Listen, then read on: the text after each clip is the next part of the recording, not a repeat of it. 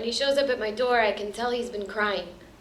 He asks me if I've seen the news, but before I can reply, he's kicked off his shoes and jumped into my bed.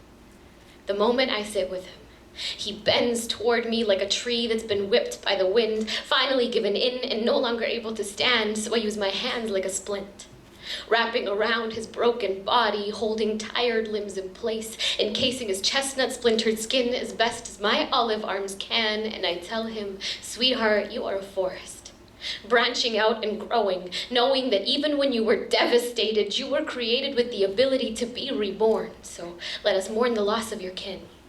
Those that have been torn down for centuries by men and women who were determined to eradicate your species, clear-cutting entire families and selling them off in bundles like trees dressed in chains, beating them to a pulp and then using them to write their future on."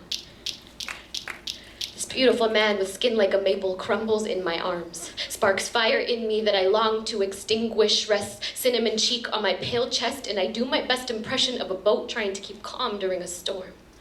My hands swab the deck of his cheekbones while we mourn the deaths of those souls we never got a chance to meet, keeping far too many open tabs in our minds and still unable to find an answer as to why the justice system that was set to serve and protect neglects entire races.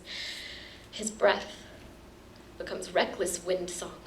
Muddy eyes, puddles I long to dive into, thick hair a trail all too familiar to my fingertips, lips like graves, resting places, making me feel like I could be still for all of eternity if he'd be on the other end. We lay in bed like two fallen trees that don't give a fuck that no one else is around. We know we're loud enough to be heard. I catch my tears before they land on his skin like rainfall, stopping them from alerting him that I am hurting too because I have to be strong for us, so I get lost in this forest of a man who's been able to withstand pain on a frequency my white privilege has afforded me the luxury of never receiving.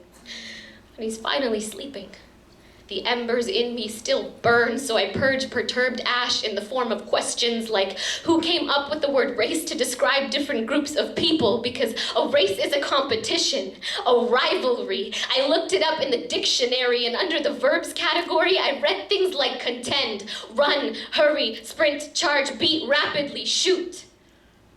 But I guess it's kind of accurate because at a race, someone always loses.